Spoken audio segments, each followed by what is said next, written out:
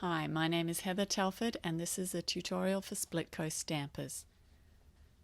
I'm going to be showing you how I use distress stains to do watercoloring. I'm stamping with penny black stamps on Fabriano hot pressed watercolor paper. The reason I use hot pressed watercolor paper is because it has a very smooth surface and you get a perfect imprint when you're stamping. This stamp is called Fresh from Penny Black and it's Bouquet of Poppies. Distress stains have a little sponge dauber on the end, so it's perfect for applying stain directly to the stamp. I start with my lightest color so as to not contaminate the ends of each distress stain.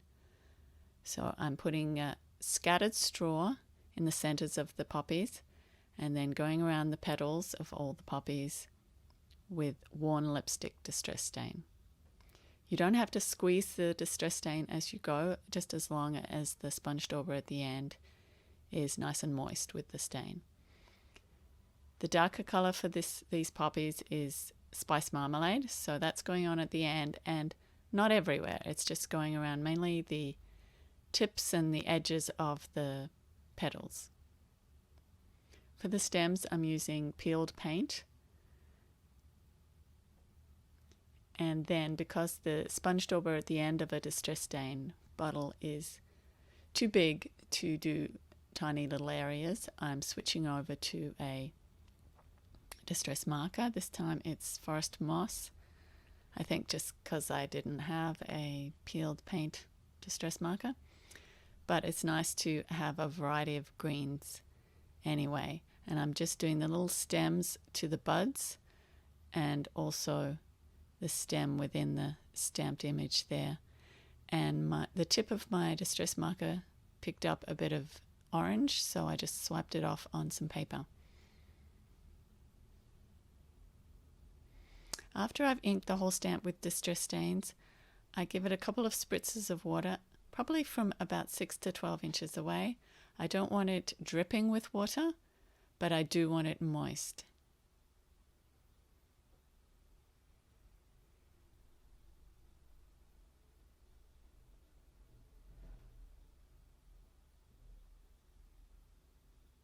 The reason I need it moist is because I'm drawing the color, most of the ink, right out of the stamping.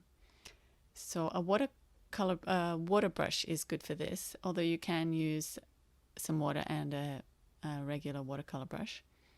The reason that I'm using a water brush is because it's going to stay moist and I want to work fairly quickly with this before all the stain dries. So having a water brush is good. Occasionally it'll get a little too much stain. It'll pick up a little too much stain, so then I'll swipe off to the side on the scrap paper and just clean off the tip of the brush. So you can see I'm working individual petals at a time, just pulling in color from the edges of the image and filling the petal shape.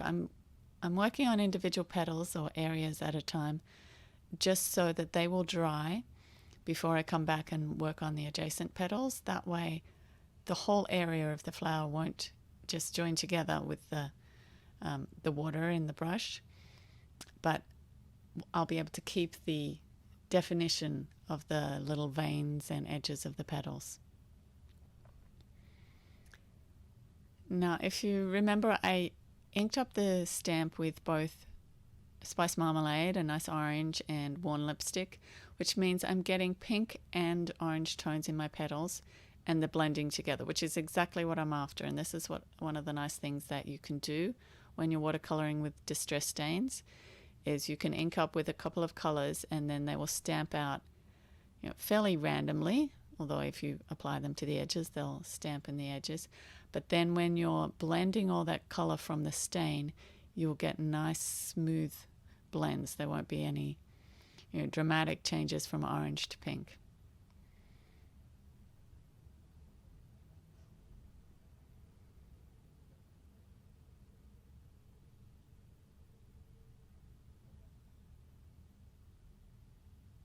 You can see that the stain has stayed fairly wet all this time. It really is quite pigmented too and quite wet, so it will stay long enough for you to do all this watercoloring. However, at some point, if you want to add a little more intensity, you're not getting enough color out of the stain anymore, you can just make yourself a little palette, squeeze out a little bit of distress stain onto an acrylic block or a palette, and then you can start adding that in. And at this point, those areas that I'm adding color to are still a little damp with the painting that I just did, so it's easy to blend it in. So I'm starting with the pink there, the worn lipstick distress stain, and just adding that in several places, blending it in with the orange and also darkening some of the areas that were already pink.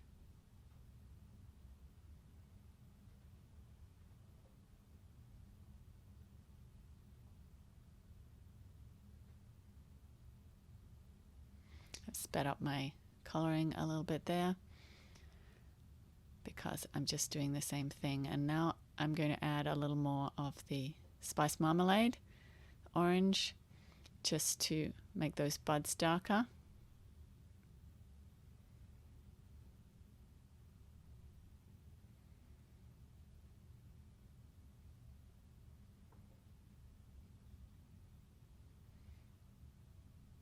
And finish off any last bits of poppy that weren't colored yet.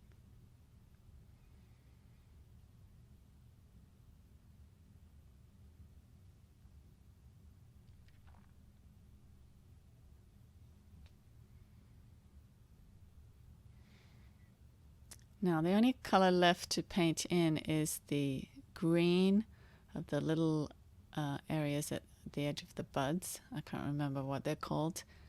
But it was only at this point in my tutorial filming that I realized that two of those stems had joined together with an excess of distress stain. If I noticed that at the beginning, I probably would have stamped it again.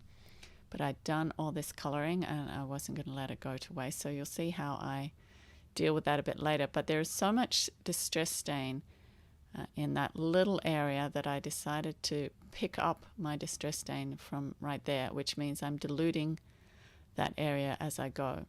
So I'm picking up stain and using that green peeled paint distress stain to color in the little ends of the buds there.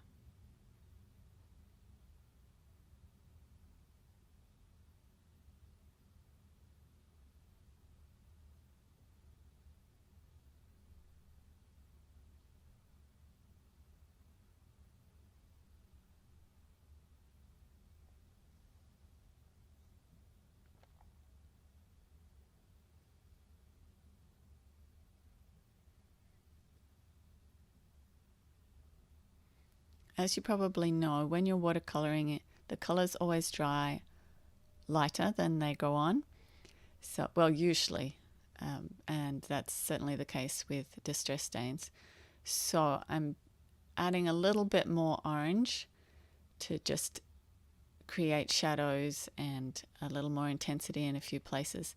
But because most of my painting has dried, I don't want to create sharp watermarks.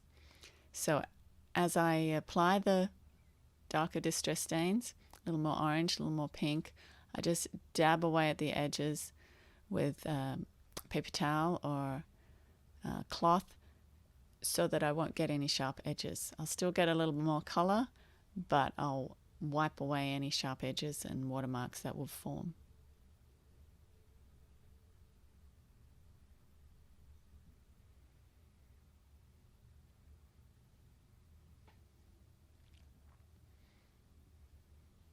When I inked up the stamp initially with distress stain, I inked the centers of the flowers with scattered straw.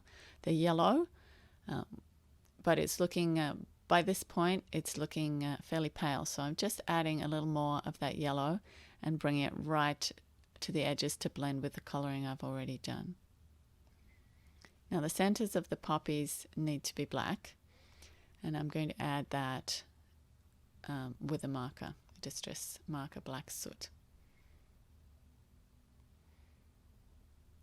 Now the stamp has definition for all those little dots, but of course when I stamped with the distress stain that had been spritzed, I lost any definition that was there. So I'm just adding that again with a marker and then softening it up with some water.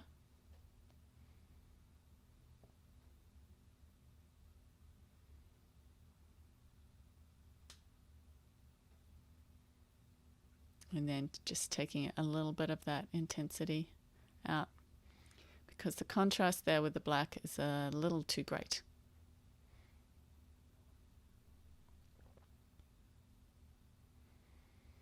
When I soften it up with a bit more water and dab it away with the paper towel, I get the amount of intensity I want. Darker, but not a solid black. And then I blend into the black just a little more yellow, the scattered straw around the edges.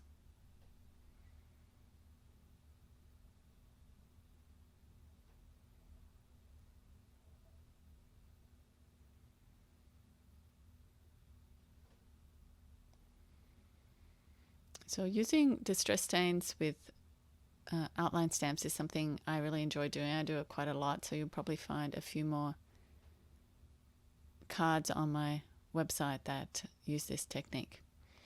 Now, at this stage, I decided that I would make a little tab to cover that area where the two stems join together with green distress stains. So I'm painting both the spice marmalade and the one lipstick onto a scrap of watercolor paper and drying that,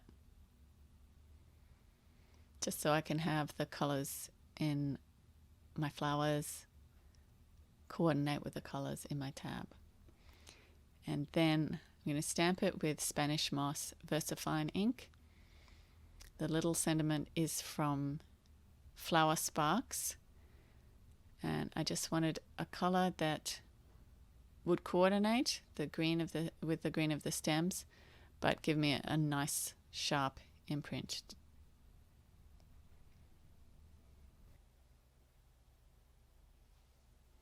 Now you're going to see my little homemade Duplo stamp positioner, just so that I can stamp that sentiment again in exactly the same spot and get it a little darker. I would have done better with a larger acrylic block, but it worked. I punched it out with an oval punch and then popped it up over that little area that I was trying to cover, the area with the extra peeled paint stain.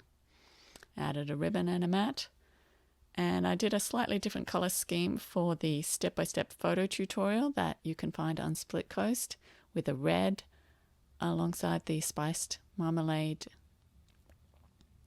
and just changed it up slightly. Thanks for watching. I hope you enjoyed this. I hope you have fun with that technique. If you're looking for more ideas and more examples of that technique, please check out my blog. Thanks again.